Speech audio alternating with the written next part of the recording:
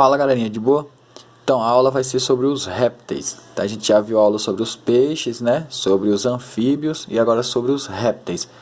Então o nome réptil quer dizer aqueles que rastejam. As características gerais dos répteis: eles se movimentam se rastejando, eles são pecilotérmicos, eles têm um sangue frio, possuem escamas, placas e carapaças, todas elas queratinizadas, sem metamorfose. Então eles não sofrem a metamorfose que no caso os anfíbios sofriam, né?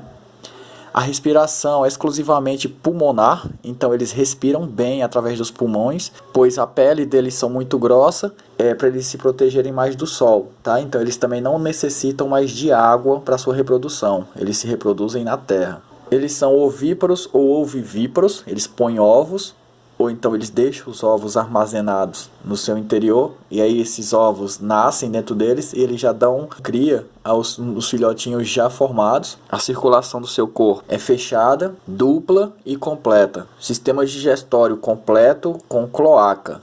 Por que cloaca e não ânus? É porque a cloaca é para onde saem as fezes, a urina e os ovos. O coração é dividido em 3 cavidades, com exceção dos crocodilianos. Os crocodilianos, o coração é dividido em 4 cavidades, tá ok? 2 átrios e 2 ventrículos. No caso dos outros répteis aí, que a gente vai aprender já já, eles são divididos em 3 partes, 2 átrios e um ventrículo. Ovos amnióticos permitem a reprodução fora da água.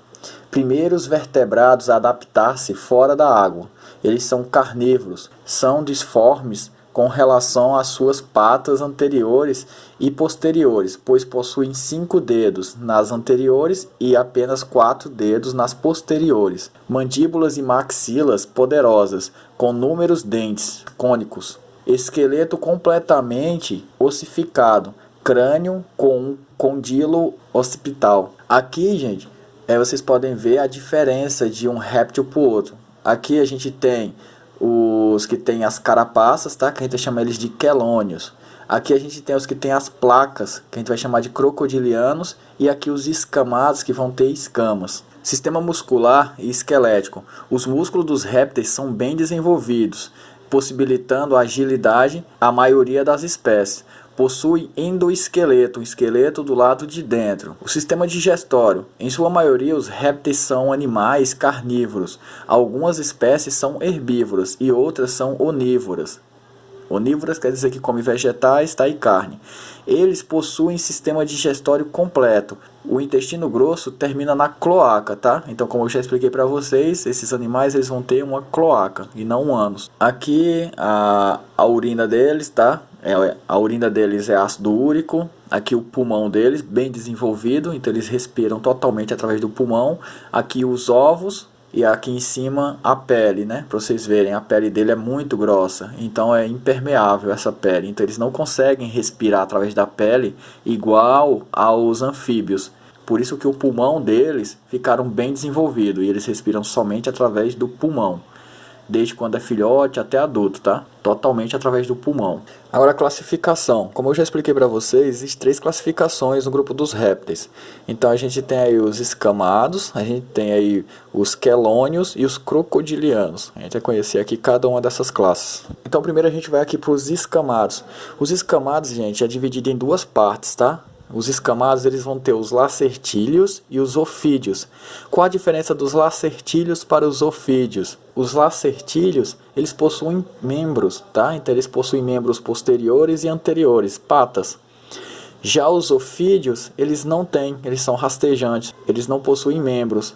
E já os ofídeos também eles têm veneno, tá? Coisa que os lacertílios não têm. Aqui uma coisa nos ofídeos vai ter que nos lacertílios não vai ter, tá? Que são os órgãos termorreceptores, que faz o quê? Que faz eles captar a temperatura do corpo da sua presa. Então a gente chama isso aqui de fosseta. Através dessa fosseta, ele enxerga o calor da sua presa. Agora a classe dos crocodilianos. A classe dos crocodilianos, quem pertence a esse grupo? Crocodilos, jacarés e o gavial. Então, para pertencer a esse grupo aqui, qual é a característica deles?